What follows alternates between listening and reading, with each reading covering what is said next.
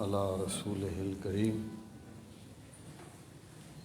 اما بعد فاعوذ باللہ من الشیطان الرجیم بسم اللہ الرحمن الرحیم یہدی للتی ہی اقوم صدق اللہ مولانا العظیم وبلغنا رسولہ النبی الکریم الامین ونحن اشیاءک ماہی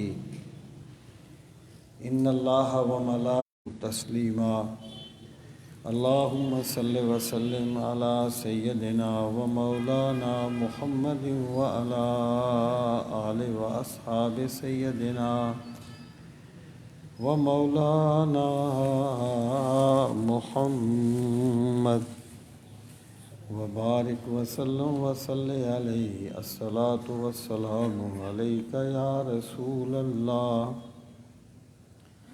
وعلى آلك وأصحابك يا حبيب الله صلى الله على محمد عدد ما ذكره الذاكرون وعدد ما غفل عن ذكره الغافلون۔ یہ 14ویں پارے کا 21واں رکوع ہے اور اس کی آیت نمبر 116 ہے، صفحہ نمبر 446 کی آخری لائن اس قرآن مجید پہ جو ہمارے پاس ہے، صفحہ نمبر 446 کی آخری لائن۔ اعوذ باللہ من الشیطان الرجیم بسم اللہ الرحمن الرحیم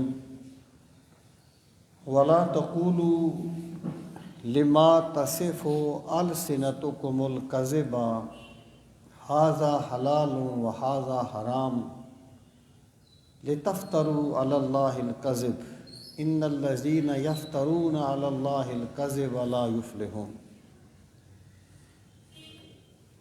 پہلے اس کا ترجمہ جی، ولا تقولوا، اور تم نہ کہو، لما تصفو، واسطے اس کے، ما جو کچھ، تصف ہو تم بیان کرتے ہو، یا لما تصف ہو جو کچھ بیان کرتی ہیں، السنتکم، لسان کی جمع ہے، زبان کو کہتے ہیں، جو بیان کرتی ہیں تمہاری زبانیں۔ کیا بیان کرتی ہیں؟ الکذبہ، جھوٹ، یعنی جو تمہاری زبانیں جھوٹ بیان کرتی ہیں تم نہ کہا کرو ان کے بارے میں، کیا؟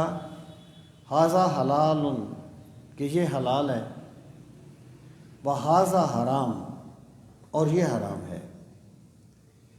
یعنی تم اپنے پاس سے ایک چیز کے بارے میں کہہ دیتے ہو کہ یہ حلال ہے اور یہ حرام ہے، لتفتروا علی اللہ الکذب، لتفتروا، تاکہ تم بہتان باندھو، افطرا باندھو، علی اللہ، اللہ تعالیٰ پر، الکذب، جھوٹ۔ ان الذین یفترون علی اللہ الکذب، ان الذین، بے شک وہ لوگ جو، یفترون، افطرا باندھتے ہیں، بہتان باندھتے ہیں، علی اللہ، اللہ تعالیٰ پر، الکذب، جھوٹا، لا یفلحون، وہ کبھی بھی فلاح نہیں پائیں گے، کبھی بھی کامیاب نہیں ہوں گے۔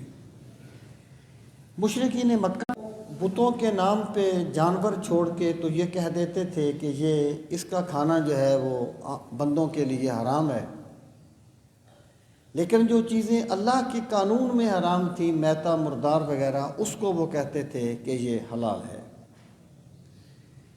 جبکہ کسی چیز کو حلال قرار دینا یا حرام قرار دینا یہ صرف اللہ رب العزت کا اختیار ہے اور یہ صرف اللہ تعالیٰ کا حق ہے۔ اس میں کوئی کلام نہیں ہے کہ رسول کریم صلی اللہ تعالیٰ علیہ وآلہ وسلم کے بارے میں بھی فرمایا گیا کہ یحل بعض کے لیے حلال کیا یا بعض کے لیے حرام کیا۔ مثلا ایک صحابی کو آپ نے ریشم پہننے کی اجازت دے دی، جبکہ یہ مردوں کے لیے حرام ہے۔ یا سیدنا علی المرتضیٰ کرم اللہ تعالی وجہہ الکریم کے لیے سیدہ فاطمۃ الزہرا سلام اللہ علی ابیہا و علیہا کی حیات مقدسہ میں دوسرا نکاح کرنا جائز نہیں تھا۔ اسی طریقے سے آپ نے حضرت خزیمہ کی گواہی کو 2 کے قائم مقام قرار دے دیا، ایک بندے کی گواہی کو 2 کے قائم مقام قرار دے دیا۔ اور حضرت ابو دردہ سے یہ فرمایا یہ اللہ تعالیٰ کے مقابلے میں نہیں تھا، یعنی یہ ایسا نہیں ہے کہ اللہ تعالیٰ نے ایک چیز کا حکم لگایا اور اس کے مقابلے میں سرکار نے دوسری چیز کا حکم لگا دیا، ایسا نہیں تھا، بلکہ منصب وہ اللہ کے مقابلے میں نہیں ہے۔ میں بار بار کہہ رہا ہوں وَمَن يُطِعِ الرَّسُولَ فَقَدْ أَطَاعَ اللَّهَ، رسول کی شان یہ ہے کہ جو رسول کی اطاعت کرے اس نے اللہ کی اطاعت کی ہے۔ تو میں کہنا یہ چاہتا ہوں کہ اگر کوئی یہ کہے کہ جی وہ اگر حلال حرام کہہ دیتے تھے کسی چیز کو تو اس کی تو مذمت کی گئی، تو سرکار نے بھی بہت سی چیزوں کو اس طریقے سے حکم لگایا، تو سرکار کا حکم دراصل اللہ تعالیٰ کا ہی علیہ الصلوۃ والسلام جب بھی بولتے تھے تو وہی، جبکہ مشرکین اب دیکھیں بڑی سمپل سی بات ہے، اللہ تعالیٰ کیا چاہتا ہے، اللہ تعالیٰ کی مرضی کیا ہے، اللہ تعالیٰ کا حکم کیا ہے، اس کی نہی کیا ہے، اسے جاننے کا ذریعہ صرف ایک ہے اور وہ ذات پیغمبر ہے صلی اللہ تعالیٰ علیہ وآلہ وسلم۔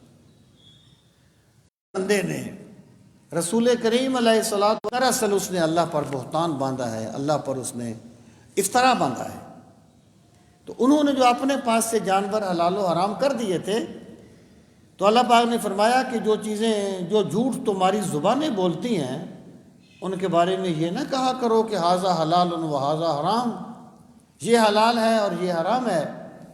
تمہاری اس بات کا نتیجہ کیا نکلتا ہے؟ لتفتروا علی اللہ الکذب، تاکہ تم اللہ تعالیٰ پر بہتان باندھو، یعنی جب اللہ نے ایک بات نہیں کہی اور کوئی کہے کہ اللہ نے کہی ہے تو اللہ پر وہ بہتان باندھ رہا ہے، اللہ پر بہتان باندھو۔ آگے فرمایا ان الذین یفترون علی اللہ الکذب لا یفلحون۔ پہلی بات یہ یاد رہے کہ یہاں پر جو فلاح کا لفظ آیا ہے، فلاح جامع کامیابی کو کہتے ہیں، یعنی ادھوری کامیابی جو ہے نا وہ ہر جگہ پائی جاتی ہے۔ اگر ایک بندہ حرام کھاتا ہے اس کو بھی کوئی فائدہ ہوتا ہے تو وہ کھاتا ہے، اگر کوئی جھوٹ بولتا ہے اسے کچھ فائدہ ہوتا ہے تو وہ جھوٹ بولتا ہے۔ ادھوری کامیابی کو فلاح نہیں کہا جاتا، فلاح اس کامیابی کو کہتے ہیں جب وہ بندے کو مل جائے اس کے دل کی ساری حسرتیں پوری ہو جائیں، اس کو دنیا کی کامیابیاں بھی مل جائیں، اس کو عقبہ کی کامیابیاں بھی مل جائیں۔ پہلی بات تو یہ ہے۔ دوسری بات یہ ہے کہ یہ گویا اللہ تعالیٰ نے ان کے ایک جو بہانہ تھا نا اس کا جواب دیا ہے، ان کے ایک شبے کا ازالہ کیا ہے۔ وہ اس طریقے سے کس لیے کرتے تھے؟ یا ہم نے جو ایک اپنا بھرم قائم کر رکھا ہے لوگوں پر کہ لوگ ہماری بات مانتے ہیں، ہم کہتے ہیں اس جانور کو حرام کر دیا گیا ہے تو وہ مان لیتے ہیں، وہ اپنا بھرم رکھنے کے لیے اپنا سارے نیاز جھکا دیتا ہے۔ یعنی جن بندوں نے اللہ کے سپرد کر دیا اپنے آپ کو، میرے خدا نے قیامت تک کے لیے ان کے سروں پر عزتوں کے تاج سجا دیے۔ اقبال کس کے عشق کا یہ فیض عام ہے، رومی فنا ہوا حبشی کام ہے۔ یعنی اگر کوئی بندہ یہ سمجھتا ہے نا کہ جھوٹ بول کے تو میں کامیاب ہو جاؤں گا، چکر بازی کر کے میں کامیاب ہوں گی، جو اللہ کے حکم کے سامنے سر تسلیم خم کر دے گا۔ اب اسی کا تسلسل ہے، آگے فرمایا متاع قلیل، یہ کتنی ہے تمہاری زندگی جس کے لیے بندہ اتنا کچھ کر جاتا ہے۔ وہ کسی نے کہا تھا کہ 2 گز رقبہ تے فٹ دا کتبہ، 2 گز رقبہ تے فٹ دا کتبہ تے ایویں ہی اینی انی پائی۔ بندے نے دنیا میں کب تک رہ لینا ہے؟ کب تک وہ دنیا میں رہے گا؟ کیا حیثیت ہے دنیا کی آخرت کے مقابلے میں؟ اللہ پاک فرماتا ہے تم جس دنیا کو اچھا سے اچھا کرنے کے لیے میری ذات پہ بہتان باندھتے رہتے ہو، میری نافرمانیاں کرتے رہتے ہو، جھوٹ بولتے رہتے ہو، لوگوں کا حق مارتے رہتے ہو، مت بھولو متاع قلیل، وہ بہت چھوٹا سا سامان ہے، بڑا تھوڑا سا فائدہ ہے، وَلَهُمْ عَذَابٌ علیم، اور خام کا بندوں کو تنگ کرنا چاہتا ہے۔ یعنی عبادات کا مقصد بندوں کی مشقت نہیں ہے، بندوں کو خام کا تنگ کرنا نہیں ہے، بلکہ جن چیزوں کو اللہ نے حرام کیا ہے وہ بندوں کے لیے نقصان دہ ہے۔ عین ممکن ہے اخلاقی طور پر نقصان دہ ہوں، عین ممکن ہے مذہبی طور پر نقصان دہ ہوں، یا کوئی نہ کوئی فائدہ ان میں بندوں کا ہے جو اللہ نے ان کو حرام کی ہے۔ لیکن میرا سوال یہ ہے، جب اللہ تعالیٰ نے ایک چیز کو حرام کر دیا تو اللہ کا حکم اس کا محتاج نہیں ہے کہ ہم سمجھیں کہ اللہ نے کیوں کیا ہے۔ حکم کو حکم سمجھ کے ماننا ہے کہ رب کا حکم ہے۔ اگر کوئی علت سمجھ آ جائے تو سبحان اللہ، اللہ کا کوئی حکم بغیر حکمت کے نہیں ہے، لیکن انسان کی عقل اتنی کامل نہیں ہے کہ وہ ہر چیز کو سمجھ لے۔ وہ جو مشرکین کے بارے میں کہا گیا وَكَذَّبُوا بِمَا لَمْ يُحِيطُوا بِعِلْمِهِ، کہ جو کچھ ان کے علم میں نہیں آیا انہوں نے اس کی محبت پاتا ہے، اور جس کو اگر کوئی چیز سمجھ نہ آئے اور وہ اسلام پر ہی اعتراض شروع کر دے تو اس نے گویا اپنی عقل کو حرف آخر سمجھ لیا ہے، جبکہ عقل حرف آخر ہو نہیں سکتی کسی بھی طریقے سے۔ اب دیکھیے میں جو بات عرض کرنا چاہتا ہوں کہ اللہ تعالیٰ نے حرام کیا جن چیزوں کو تو کسی حکمت کی وجہ سے کیا، اس میں انسانوں کے فوائد ہیں، اور شریعت ایک باقاعدہ علم ہے اسرار شریعت کا، لیکن یہ ضروری نہیں ہے کہ بندہ ایک چیز کو سمجھ لے اور پھر وہ اس پر عمل کرے۔ ہم یہ تو سمجھ سکتے ہیں کہ اللہ نے زکوٰۃ کا حکم کیوں دیا، ہمیں اس کی بہت سی وجوہات سمجھ آ جاتی ہیں۔ ہمیں یہ بھی سمجھ آ جائے کہ اللہ نے روزے کا حکم کیوں دیا، لیکن ہم یہ نہیں سمجھ سکتے کہ مغرب کے 3 فرض کیوں ہیں اور عصر کے 4 کیوں ہیں۔ حکم کو حکم سمجھ کے ماننا ہے۔ اب میرے بھائی، اللہ تعالیٰ نے جن چیزوں کو ہر شریعت میں حرام کیا تھا وہ انسانوں کے لیے بہتری تھی، لیکن کچھ چیزیں ایسی تھیں جو بعض لوگوں پر ان کی سرکشی کے سبب حرام کر دی گئی تھی۔ یعنی مشرکین مکہ یہ کہتے تھے کہ اگر اسلام جو ہے وہ حضرت ابراہیم علیہ السلام والا دین لے کے آئے ہیں سرکار بھی، اگر یہ ملت ابراہیمی کی پیروی کر رہے ہیں تو ملت ابراہیمی میں تو فلاں چیز بھی حرام تھی، جو بعض چیزیں یہود کی سرکشی کی وجہ سے ان پر حرام کر دی گئی تھیں، جس کا ذکر سورہ الانعام میں گزرا ہے۔ ان کی سرکشی کی وجہ سے ظلمہم، ان کے ظلم کی وجہ سے بہت سی چیزیں حرام کر دی گئی تھیں۔ تو یہاں پر اللہ تعالیٰ نے اس چیز کو بیان فرمایا کہ جو چیزیں یہود نے اپنے اوپر حرام کی ہیں یا یہود پر کچھ چیزیں حرام کر دی گئیں وہ ان کو سزا کے طور پر تھیں، اور میرے یہ نبی جو کچھ تمہیں بیان کر رہے ہیں اصل حکم یہی ہے، اور یہی ملت ابراہیمی ہے جو حضرت ابراہیم کی شریعت میں نہیں تھی، وہ بعد میں ان کے لیے سزا کے طور پر حرام کی گئی تھی۔ ارشاد فرمایا وَعَلَى الَّذِينَ هَادُوا، اور اوپر ان لوگوں کے الذین جو ہادو یہودی ہو گئے، جو کچھ ہم نے بیان کیا علیہ کا آپ پر من قبل، اس سے پہلے، جس کا ذکر پہلے گزرا ہے 8ویں پارے میں۔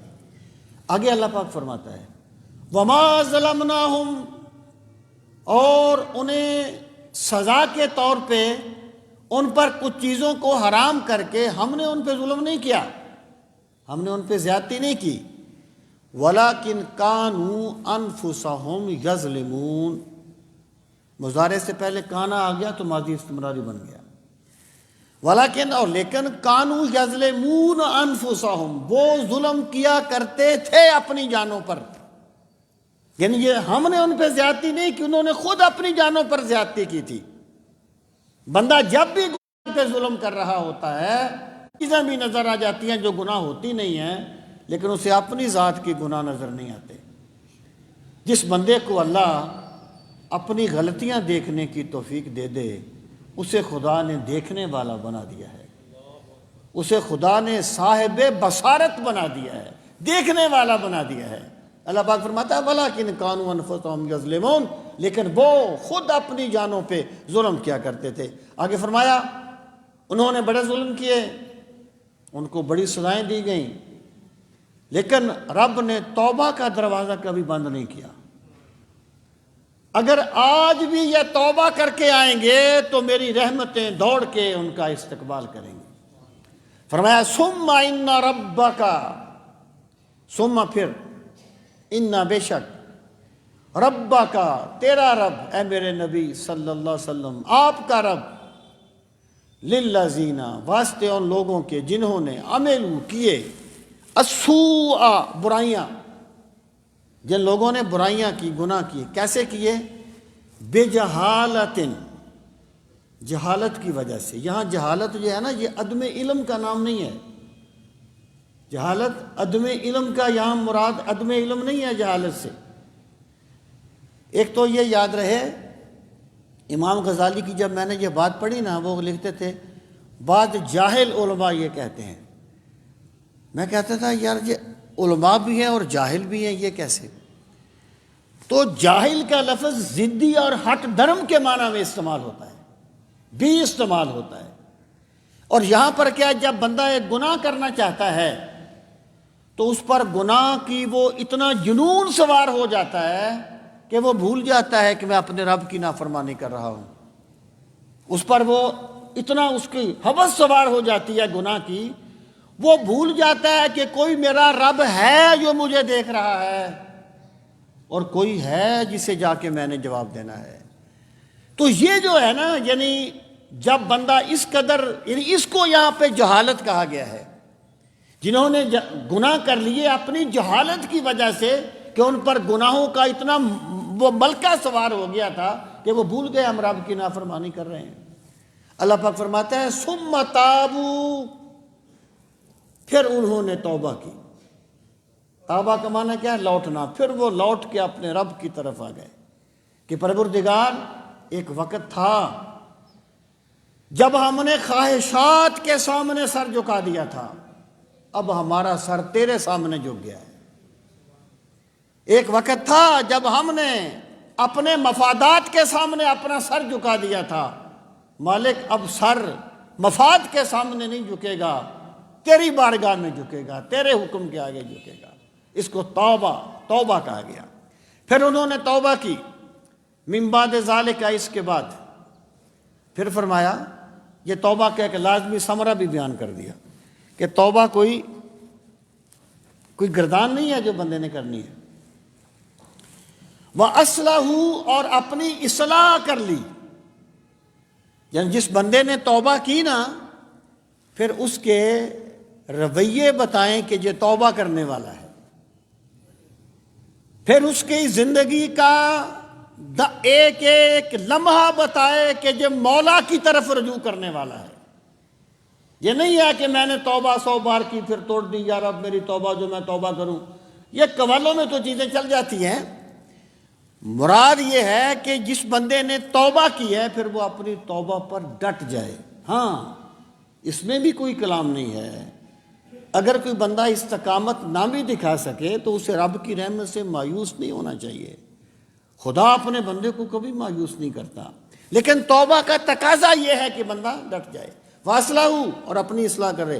إِنَّ رَبَّكَ مِن بَعْدِهَا لَغَفُورٌ رَحِيمٌ، إِنَّ رَبَّكَ، بے شک آپ کا پروردگار، بے شک آپ کا رب، من بعدہا، اس کے بعد، لغفور، بہت زیادہ بخشنے والا ہے، رحیم، اور بے حد رحم فرمانے والا ہے۔ ان ابراہیم کان امۃ قانتا للہ حنیفا۔ اب یہاں پر اس میں ان آیات میں سیدنا ابراہیم کا تذکرہ فرمایا گیا۔ اس کی وجہ یہ ہے کہ حضرت ابراہیم علیہ الصلاۃ والسلام وہ یعنی شخصیت ہیں کہ جن کے بارے میں یہودی بھی دعویٰ کرتے تھے کہ ہم ان کے ماننے والے ہیں، عیسائی بھی دعویٰ کرتے تھے کہ ہم ان کے ماننے والے ہیں، اور مشرکین مکہ بھی یہ کہتے تھے کہ ہم ملت ابراہیمی کی پیروی کرنے والے ہیں۔ اور مشرکین مکہ تو یعنی اسی بنیاد پر لوگوں میں ایک تقدس کا لباس پہنے ہوئے بیٹھے تھے کہ ہم حضرت ابراہیم کی اولاد میں سے ہیں۔ تو اللہ پاک نے فرمایا دیکھو میرا ابراہیم، ان کی سیرت کیا ہے، ان کی زندگی کیا ہے۔ تم تو وہ لوگ ہو کہ جنہوں نے اپنی مفادات کے لیے پورے عرب کے بت اکٹھے کر کے اللہ کے گھر کو بت خانہ بنانے میں کسر نہیں چھوڑی۔ میرا ابراہیم کی یہ تعلیم نہیں ہے، میرے ابراہیم اس طرح نہیں کرتے تھے۔ کیا تھے ابراہیم؟ ان ابراہیم، بے شک ابراہیم کانا امتن، ایک امت تھے، ایک قوم۔ اس کا ایک معنی تو گروہ ہوتا ہے، ایک معنی وہ قوم جس کی طرف کوئی پیغمبر جائے، ہم کہتے ہیں یہ امت فلاں ہے، یہ امت فلاں۔ ایک اس کا معنی امام بھی ہوتا ہے کبھی کبھی، ایک اس کا معنی ہوتا ہے کہ ایک ایسا بندہ جو ساری خوبیوں کا جامع ہو۔ جیسے ہم کہتے ہیں یار اس بندے نے اتنا کام کیا جتنے ادارے نہیں کر سکتے، جتنے ادارے نہیں کر سکتے۔ تو یہاں پر یہ جو ہے نا راجع قول وہ یہ ہے کہ حضرت ابراہیم وہ تھے جنہیں اللہ نے تمام خوبیوں کا پیکر بنا دیا تھا، اور وہ ایک فرد نہیں تھے، گویا کہ پوری ایک امت تھے۔ ان ابراہیم کان امتن، وہ کیا تھے؟ قانتا للہ، اللہ کی فرما برداری کرنے والے تھے۔ وہ یہ نہیں کرتے تھے کہ یا ان کا مفاد ٹکرا جائے دین سے تو وہ دین کو پیچھے کر دیتے تھے۔ قانتا للہ، جو بھی ہو جائے ان کا سر اللہ کی بارگاہ میں جھکنے والا تھا، وہ جھکنے والے تھے اللہ کی بارگاہ میں۔ حنیفہ، حنفہ کا معنی ہوتا ہے جھکنا، اور جنفہ کا معنی بھی جھکنا ہوتا ہے۔ فرق یہ ہے کہ اگر اچھی طرف جھکا جائے تو حنفہ اس کو کہتے ہیں، اگر بری طرف جھکا جائے تو اس کو جنفہ کہتے ہیں۔ اس کا مطلب یہ ہے کہ حضرت ابراہیم اللہ کی بارگاہ اللہ تعالیٰ کا حکم ماننے والے تھے، حنیفہ، اور وہ پورے جہان سے کٹ کے صرف اپنے رب کی طرف جھکنے والے تھے۔ وہ جو فرمایا گیا نا سرکار سے وَتَبَتَّلْ إِلَيْهِ تَبْتِيلًا، کہ اللہ کو اس طرح یاد کر کے ہر طرف سے کٹ کے بس اسی کا ہو جا۔ حنیفہ میں بھی یہی مفہوم پایا جاتا ہے، وہ حنیفہ یعنی اللہ کی طرف جھکنے والے۔ پھر فرمایا وَلَمْ يَكُ مِنَ الْمُشْرِكِينَ، اور میرے ابراہیم مشرکین میں سے نہیں تھے۔ وہ اللہ کی بارگاہ میں اللہ کی ذات کے ساتھ کسی کو شریک ٹھہرانے والے نہیں تھے جو تم کرتے ہو مشرکین مکہ۔ پھر فرمایا شاکرا لانعمہ، شاکر کا معنی ہے شکر کرنے والا، انعم نعمت کی جمع ہے، لے کا معنی واسطے۔ شاکرا لانعمہ، وہ اللہ کی نعمتوں کا شکر ادا کرنے والے تھے۔ دیکھیں یہ جو اللہ کی نعمتوں کا شکر ہے نا، یہ بجا ہے کہ اگر کوئی بندہ زبان سے بھی شکر کہتا ہے تو وہ بھی شکر ہی ہے، لیکن وہ بڑا چھوٹا درجہ ہے۔ شکر یہ ہے کہ جب بندے کو نعمت کا احساس ہو جائے نا، پھر بندے کے وجود کا انگ انگ مولا کے سامنے جھک جائے، اس کے انعامات کے سامنے، اس کو شکر کہا جاتا ہے۔ شکر ایک کیفیت ہے، علم پہلے پھر کیفیت شکر کی۔ اور جب بندے کو پتہ چل جائے کہ مجھے یہ نعمتیں میرے رب نے دی ہیں، بادشاہ نے نہیں دی، بتوں نے نہیں دی، کسی انسان نے نہیں دی، میرے رب نے دی ہیں، تو پھر وہ گائے گا بھی اسی کا جس کا کھاتا ہے۔ جب شکر کا جذبہ ہوگا پھر بندے کی زندگی مولا کی بندگی میں گزرے گی۔ شاکرا لانعمہ، یہ شکر کوئی رسم نہیں ہے، یہ کوئی گردان نہیں ہے کہ بندہ شکر کر لے، شکر ایک کیفیت کا نام ہے۔ آگے فرمایا اجتباہ، یعنی بعض چیزیں ہوتی نا وابی، بعض ہوتی ہیں کسبی۔ وابی خوبیاں جو جو بندے کو بغیر محنت کے مل جاتی ہے. جیسے ایک انسان بن گیا، اس میں انسان نے کیا محنت کی ہے؟ ایک بندہ کو اللہ نے ذہین بنا دیا، اس نے کیا محنت کی ہے؟ یہ بابی چیزیں ہوتی ہیں. کسبی وہ ہیں جو بندہ خود محنت کر کے کماتا ہے. محنت کرتا ہے بندہ، انجینئر بن جاتا ہے، ڈاکٹر بن جاتا ہے، محنت کرتا ہے، یہ کسبی چیز. نبوت ایک وہبی چیز ہے، کسبی چیز نہیں ہے. یعنی جو بندہ یہ کہتا ہے نا کہ فلاں ہمارے صاحب نے اتنی عبادت کی کہ وہ نبوت کے مقام پہ فائز ہو گئے، بکواس کرتا ہے، وہ جانتا ہی نہیں ہے نبوت کی ساخت کیا ہے. نبوت ایک وہبی چیز ہے، کسبی چیز نہیں ہے. دوسری چیز یہ ہے، اگر نبوت کسبی چیز بھی ہوتی تب بھی وہی نبی ہوتے جو اب ہیں. میرا خدا بہتر جانتا ہے کون کس کے قابل ہے. اللہ تعالیٰ بہتر، اللہ عالم حیث یجعل رسالتہ، اللہ بہتر جانتا ہے اس نے رسالت کس کو دینی ہے. تو اللہ پاک فرماتا ہے حضرت ابراہیم میں یہ خوبیاں تھیں. پھر کیا تھا؟ اجتباہ، ہم نے چن لیا تھا اپنا خلیل بنانے کے لیے. ہم نے ان کو مجتبا کہتے ہیں، چنا ہوا. ایک ہوتا ہے اہتدا، ایک ہوتا ہے اجتبا. اللہ یجتبی الیہ من یشاء ویہدی الیہ من ینیب. اللہ تعالیٰ جسے چاہتا ہے چن لیتا ہے، اور جو اللہ کی طرف جھکتا ہے اس کے لیے اسے راستہ دکھاتا ہے. اجتبا اور اہتدا. اہتدا یہ ہے کہ بندہ کوشش کرتا ہے، اللہ تعالیٰ دستگیری فرماتا ہے. میرا رب دستگیری نہ کرے تو کوششیں کچھ نہیں کرتی. اور حق یہ ہے کہ اس کا کرم نہ ہو تو کوشش بھی نہیں ہوتی. یہ اللہ کا کرم ہے کہ بندہ کوئی کام کرتا ہے پھر وہ چنتا ہے. اور کبھی یہ ہوتا ہے کہ بندے نے ابھی کام تو نہیں کیا، خدا نے محض اپنے کرم سے اسے چن لیا ہے. یہ اجتبا ہے.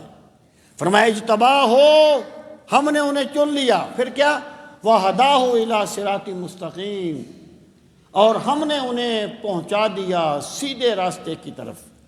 یعنی ہداہو کا معنی ہے ہم نے انہیں ہدایت دی صراط مستقیم کی طرف. مطلب کیا ہے؟ ہم نے ان پر ہدایت کے دروازے کشادہ کر دیے. اور اس کا یہ مطلب بھی ہو سکتا ہے کہ ہم نے انہیں صراط مستقیم تک پہنچا دیا. کبھی کبھی یہ ہدایت جو ہوتی ہے یہ اراۃ الطریق ہوتی ہے، کبھی ایصال الی المطلوب ہوتی ہے، تو یہ بھی اس سے مراد ہو سکتی ہے. آگے فرمایا وَآتَيْنَاهُ فِي الدُّنْيَا حَسَنَةً، اور ہم نے عطا کی اسے فی الدنیا، دنیا میں. جس کو سرکار بڑے تواتر سے مانگا کرتے تھے طواف کرتے ہوئے، ربنا آتنا فی الدنیا حسنہ وفی الآخرۃ حسنہ. حسنہ کا معنی ہے مالک مجھے ہر بلائی دے کی جمع ہے. دیکھیں قرآن مجید کی اصطلاحیں اپنی ہیں، فقہ کی اصطلاحیں ایک فن ہے، علم ہے، ہر علم کی اپنی اصطلاحیں ہوتی ہیں. صدیقین، شہداء، صالحین یہ تقسیم کرتے ہیں نا.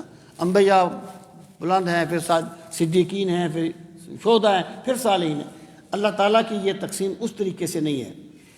یعنی دیکھیں بات یہ ہے کہ آپ صالحیت کو ہی لے لیجیے. صالحیت وَإِنَّهُ فِي الْآخِرَةِ لَمِنَ الصَّالِحِينَ، اور ان میں سے ہیں حنیفا انتبہ، کہ آپ پیروی کریں ملت ابراہیم، حضرت ابراہیم کی ملت کی، یعنی دین. جہاں پر ملت سے مراد ہے دین. حنیفہ جو یکسو تھے، یعنی جو حضرت ابراہیم کی تعلیمات تھیں، ہم نے کہا آپ وہی اپنائیں. مطلب کیا ہے؟ وَعَلَى الَّذِينَ اخْتَلَفُوا فِيهِ، یعنی اس کا تعلق جو ہے نا وہ پیچھے جو پہلے وَهَادُوا حَرَّمْنَا عَلَيْهِ، یہ حضرت ابراہیم کی ملت کی پیروی کرتے ہیں، تو پھر یہ سبت کا احترام کیوں نہیں کرتے؟ ہفتے کے دن کا احترام کیوں نہیں کرتے؟ تو اس تناظر میں بھی ان پر کچھ عذاب نازل ہوئے تھے.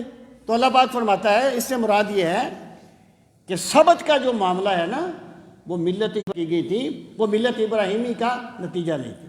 اب یہ ہے کہ کوئی بھی بندہ ہے اس کے پاس بڑے دلائل ہوتے ہیں، بڑی باتیں کرتا ہے، تو سمجھانے کی بھی ایک حد ہوتی ہے. اللہ پاک فرماتا ہے وَإِنَّ رَبَّكَ لَيَحْكُمُ بَيْنَهُمْ، اے میرے نبی صلی اللہ علیہ وسلم بے شک جو آپ کا رب ہے نا وہ قیامت کے دن ان کے درمیان فیصلہ فرمائے گا. یعنی آپ نے حق کو واضح کر دیا. ایک بندے کا کام ہے حق کو واضح کر دینا، فیصلہ پھر اگر وہ بندہ نہ بھی مانے گا، ایک دن آئے گا جب فیصلہ حق کے مطابق ہو جائے گا، اور وہ قیامت کا دن ہے. یوم القیامت فیما کانوا فیہ یختلفون، اس میں جس میں وہ اختلاف کیا کرتے تھے. ادعو الی سبیل ربک بالحکمت والموعظۃ الحسنہ، یہ سورہ النحل کی اختتامی آیات ہیں، جس میں پہلے اللہ تعالیٰ نے ان کے طریقوں کا رد کیا، ان کے نظریات کا رد کیا. اب اللہ پاک نے فرمایا کہ آپ نے انہیں اللہ کی طرف بلانا کیسے ہے. یہ بڑی معروف آیات ہیں، ان پر میں کئی مرتبہ گفتگو بھی کر چکا ہوں. ادعو، دعوت دیجئے، الی سبیل ربک، الی کا معنی طرف، سبیل کا معنی راستہ، رب کا اپنے رب کے راستے کی طرف، یعنی اس راستے کی طرف جو بندوں کو خدا تک لے جاتا ہے، اس راستے کی طرف بلائیے.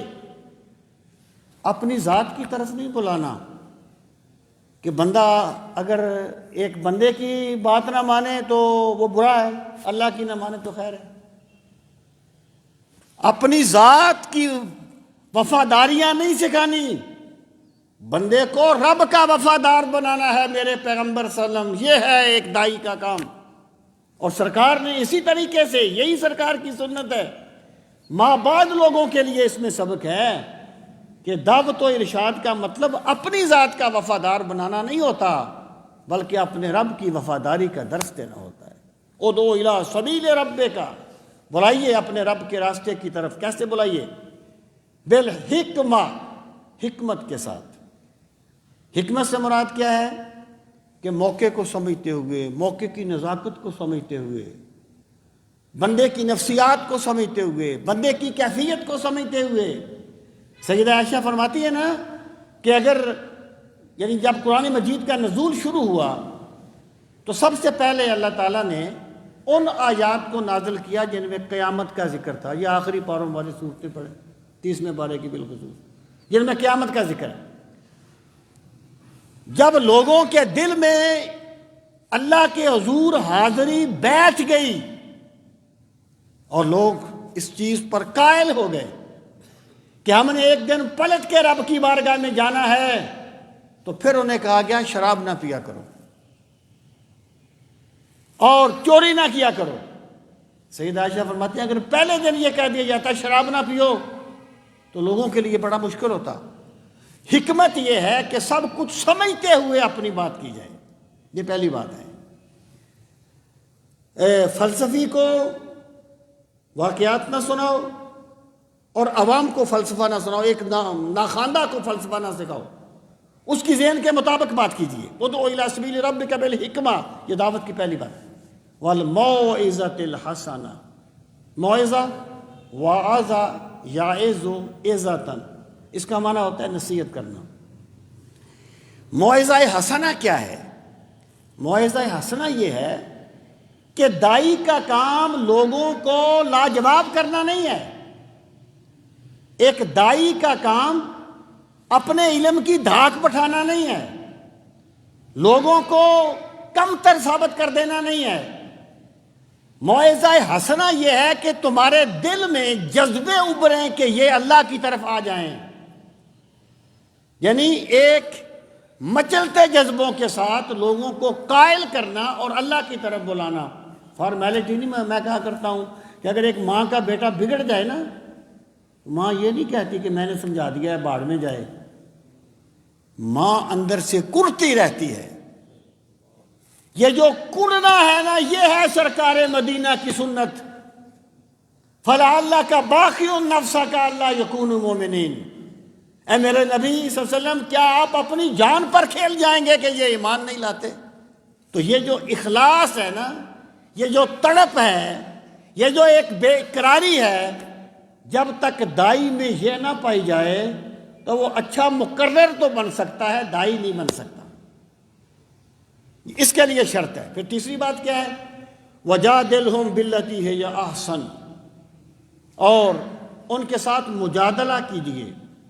مجادلہ ہوتا ہے کوئی باس کرنا، باس تمیز کرنا، کبھی ہو جاتا ہے بات میں کوئی ایک جھگڑے کا روپ آ جاتا ہے، اور بحث میں جس کو قرآن نے کہا نا کہ ان کے ساتھ مجادلہ کیجیے بڑے اچھے طریقے سے، یہ ان کی بات کا جواب دیجیے، ان کو مطمئن کیجیے، ان کے ساتھ الجھیے نہیں۔ آپ ذرا دیکھ لیں فیس بک پہ آج کل کیسے مناظرے ہوتے ہیں اور کیا کیا اخلاقیات کا حشر نشر کر دیا جاتا ہے۔ یہ داعی کا کام نہیں ہوتا۔ داعی کا کام یہ ہے کہ جب شیخ جمال الدین سے اس نے کہا نا تیموری شہزادے نے کہ تیری داڑھی کے بال اچھے ہیں یا میرے کتے کی دم کے بال اچھے ہیں، انہوں نے کہا اگر میں اپنے رب کا وفادار ہوں تو میری داڑھی کے بال اچھے ہیں، اگر میں اپنے رب کا وفادار نہ ہوں، تیرا کتا تیرا وفادار ہو تو پھر تیرا کتا مجھ سے اچھا ہے۔ تو یہ بات اس کے دل میں اتر گئی، اس نے کہا تمہاری بات تو صحیح ہے لیکن ابھی میں اس حیثیت میں نہیں ہوں کہ میں اسلام قبول کروں، جب میں بادشاہ بنوں پھر آنا۔ اور وہ بابا فرید کے خلفاء میں سے تھے شیخ کمال الدین، تو پھر ان کے بیٹے گئے، اور پھر وہ اقبال نے جو کہا تھا کہ ہے ایا یورش تاتار کے افسانے سے پاسبان مل گئے کعبے کو صنم خانے سے۔ یعنی داعی کا کام جو ہوتا ہے وہ قائل کرنا ہوتا ہے، لاجواب کرنا نہیں ہوتا۔ دیکھیں نا وہ جو بات تھوڑی سی اب 4-5 منٹ زیادہ لگ جائیں گے آپ کے، معذرت چاہتا ہوں۔ حضرت ابراہیم کے ساتھ مناظرہ ہوا نا جو نمرود، تو اس نے ایک کہا کہ جی میرا خدا وہ ہے جو زندہ کرتا ہے، آپ نے فرمایا میرا خدا وہ ہے جو زندہ کرتا ہے اور مارتا ہے، تو اس نے بھی ایک بندے بے گناہ کو مار کے یہ کہہ دیا کہ میں بھی یہ کرتا ہوں، تو آپ نے فرمایا میرا خدا وہ ہے جو سورج کو مشرق سے نکالتا ہے۔ گویا آپ نے اپنی دلیل کو بدل دیا۔ اور یاد رکھنا یہ راضی کی بات ہے، مناظرے کے درمیان اگر ایک بندہ اپنی ایک دلیل ہار گیا تو وہ مناظرہ ہار جاتا ہے مناظرے میں۔ یعنی یہ ایک اصول ہوتا ہے کہ ایک بندے کو اگر آپ نے جھوٹا ثابت کرنا ہے، آپ اس کی ہر بات کا جواب نہ دیں، اس کی کسی ایک بات کو غلط ثابت کر دیں، یہ مناظرہ ہے۔ تو امام راضی کہتے ہیں حضرت ابراہیم نے اس سے مزید بات نہیں کی، حالانکہ آپ سچے تھے، اس پہ بات ہو سکتی تھی، آپ نے نہیں کی، آپ نے دلیل بدل دی۔ وجہ کیا ہے؟ فرماتے حضرت ابراہیم مناظر نہیں تھے، ابراہیم داعی تھے۔ داعی کا کام ہوتا ہے بات کو پہنچا دینا دل کی گہرائی کے ساتھ۔ فَبُہِتَ الَّذِي كَفَرَ، وہ کافر ضدی تھا، مانا نہیں تھا، ورنہ ابراہیم نے کسر نہیں چھوڑی تھی۔ تو وَجَادِلْهُمْ بِالَّتِي هِيَ أَحْسَنُ، اگر کبھی جھگڑا کرنا پڑ جائے تو بڑے عمدہ طریقے سے ان سے مجادلہ کیجئے، ان سے بحث کیجئے۔ إِنَّ رَبَّكَ هُوَ أَعْلَمُ بِمَنْ ضَلَّ عَنْ سَبِيلِهِ۔ اب ہر بندہ دوسرے کو یہی کہتا ہے نا وہ بھٹک گیا ہے، گمراہ ہو گیا ہے۔ تو مراد یہ ہے کہ کیا میرے پیغمبر صلی اللہ علیہ وسلم اور سرکار کی وساطت سے تمام لوگ، تم نے لوگوں کی باتوں کی پرواہ نہیں کرنی کہ لوگ تمہیں کیا کہتے ہیں۔ جب تم رب کے راستے کی طرف بلاؤ گے نا، پھر میرا رب فرمائے گا کہ یہ بندہ میرے راستے کی طرف بلا رہا ہے۔ ان ربا کا، بے شک آپ کا رب ہو عالم ہو، بہت بہتر جانتا ہے، بمن ضل عن سبیلہ، اسے جو بھٹک گیا اس کے راستے سے، وہ عالم بالمہتدین، اور وہ بہت بہتر جانتا ہے ہدایت پانے والوں۔ یعنی بندے کو چاہیے کہ پھر معاملہ اللہ کے سپرد کر دے۔ وَإِنْ عَاقَبْتُمْ فَعَاقِبُوا بِمِثْلِ مَا عُوقِبْتُمْ بِهِ وَإِنْ عَاقَبْتُمْ، عقب یہ ایڑی کو کہتے ہیں، ایڑی پاؤں کی پچھلی طرف ہوتی ہے۔ عاقبہ کا معنی ہے بدلہ لینا، اگر جب سزا دینا، اگر تم کسی کو سزا دو، فَعَاقِبُوا تو سزا دو، بِمِثْلِ مَا عُوقِبْتُمْ بِهِ، اسی کی مثل جتنی تمہیں سزا دی گئی ہے۔ مطلب اس کا یہ ہے، یہ ایک محاورہ ہے یا مشاکلت ہے، اس کو مشاکلت کہتے ہیں کہ لفظ ہم شکل ہوں۔ اس سے مراد یہ ہے کہ تم اللہ کے دین کی طرف بلا رہے ہو، اور اگر کوئی بندہ تم پر کوئی زیادتی بھی کر دے اور تم بدلہ لینا چاہو تو تمہیں اجازت ہے، لیکن غصے میں آ کے اس کی زیادتی سے زیادہ بدلہ نہیں لینا۔ یعنی اپنے غصے کو بھی حق کے تابع کرنا ہے اور بدلہ لیتے ہوئے بھی عدل کا دامن نہیں چھوڑنا، اس کی اجازت ہے۔ آگے فرمایا وَلَئِن صَبَرْتُمْ، لیکن اگر تم صبر کرو بدلہ نہ لو، اور بندے کا اخلاق جو ہوتا ہے نا، اخلاق یہ بہت بڑی خود بذات خود بہت بڑی دلیل ہوتا ہے۔ کسی نے حضرت امام جعفر صادق رضی اللہ تعالیٰ عنہ سے فرمایا، پوچھا، آپ سے عرض کیا کہ میں جانا چاہتا ہوں دعوت کے لیے، تو میں کیا کروں؟ آپ نے فرمایا اپنا کردار ایسا بنا کہ تجھے کچھ کہنے کی ضرورت نہ پڑے، لوگ تیرے کردار کو دیکھتے جائیں اور دین کی حقانیت کو مانتے جائیں۔ حضرت خواجہ باقی ملا فرمایا کرتے تھے نا، جسے ہماری خاموشی سے کچھ نہیں ملتا اسے ہمارے بولنے سے بھی کچھ نہیں ملے گا۔ کردار بندے کا ہو، کردار ہو دائی کا، تو فرمایا وَلَا إِن صَبَرْتُمْ، اگر تم صبر کرو لَهُوَ خَيْرٌ لِلصَّابِرِينَ، تو یہ صبر کرنے والوں کے لیے بہت بہتر ہے۔ اللہ کی رضا کے لیے جو وہ برداشت کریں گے، خدا اسے بہت بڑھ کے اجر عطا فرمائے گا۔ وَاصْبِرْ وَمَا صَبْرُكَ إِلَّا بِاللَّهِ، اور صبر کر، یہ واحد کا صیغہ آ گیا، یعنی پچھلا حکم عام بندوں کے لیے تھا، تم بدلہ لے سکتے ہو، لیکن پیغمبر کی شان ہی الگ ہے، پیغمبر کا مرتبہ ہی الگ ہے۔ پیغمبر کو یہ حکم ہے کہ آپ نے صبر ہی کرنا ہے، وَاصْبِرْ، اور صبر کیجئے، وَمَا صَبْرُكَ إِلَّا بِاللَّهِ، اور صبر نہیں ہے مگر اللہ کی توفیق سے۔ اگر کوئی بندہ صبر کرتا ہے نا حق کے لیے، سن لیتا ہے باتیں، چار جملے، چار باتیں، کوئی نقصان، تو یہ نہ سمجھے کہ میں نے بڑا کمال کر دیا ہے، یہ یقین جانے کہ میرے رب نے مجھ پہ کرم فرما دیا ہے۔ تو وَاصْبِرْ وَمَا صَبْرُكَ إِلَّا بِاللَّهِ وَلَا تَحْزَنْ عَلَيْهِمْ، اور اے میرے پیغمبر صلی اللہ علیہ وسلم ان پر غم نہ کیجیے، یعنی دکھی نہ ہوئے، آپ دکھی نہ ہوں، اللہ بہتر جانتا ہے کہ آپ نے میرا پیغام پہنچا دیا ہے جیسے پہنچانے کا حق تھا، آپ کا کام اللہ کا پیغام پہنچانا تھا۔ وَلَا تَكُ فِي ضَيْقٍ مِّمَّا يَمْكُرُونَ، وَلَا تَكُ، یہ اصل میں ہے لا تکن، تو نہ ہو جا، نون گر گیا ہے لا کی وجہ سے، وَلَا تَكُ، اور تو نہ ہو جا، فی ضَيْقٍ، تنگی میں، مما، اس میں سے جو، یمکرون، وہ یہ ہیلے بہانے کرتے ہیں یا سازشیں کرتے ہیں، یعنی وہ جو سازشیں کرتے ہیں نا، آپ ان کی وجہ سے اپنا دل تنگ نہ کیجئے۔